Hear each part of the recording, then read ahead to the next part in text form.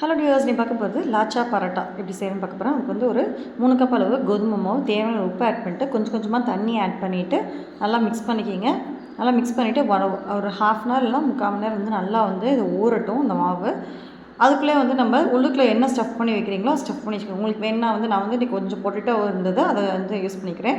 நல்லா மாவை வந்து நல்லா இந்த மாதிரி இழுத்துட்டு கொஞ்சமாக வந்து உள்ளே ஆயில் அப்ளை பண்ணிவிட்டு நான் உங்களுக்கு பொட்டேட்டோ வேணாம் அப்படின்னா வேறு ஏதாவது கூட நீங்கள் வச்சுக்கலாம் ஸ்டஃபிங்கு.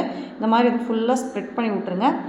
ஸ்ப்ரெட் பண்ணி விட்டுட்டு ஒரு சைடு ஃபஸ்ட்டு ஃபோல்டு பண்ணிக்கிங்க. அடுத்து இன்னொரு சைடு ஃபோல்டு பண்ணிவிட்டு இப்போ வந்து நல்லா ரோல் பண்ணிக்கணும்.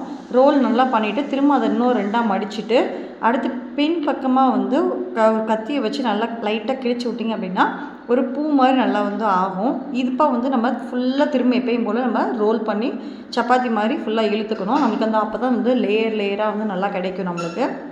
இப்போ நம்ம இந்த ரோல் பண்ணதை வந்து ஒரு பேனில் வந்து நல்லா ரோல் பண்ணதை போட்டுட்டு கொஞ்சமாக ஆயில் அப்ளை பண்ணி இல்லை பட்டர் கூட அப்ளை பண்ணிட்டு 2 சைடு நல்லா திருப்பி போட்டிங்கன்னா சூப்பரான லச்சா பரோட்டா ரெடி ஆகிடும். கண்டிப்பாக ட்ரை பண்ணி பார்த்துட்டு எப்படி இருக்குன்னு சொல்லுங்கள். Thank you so much.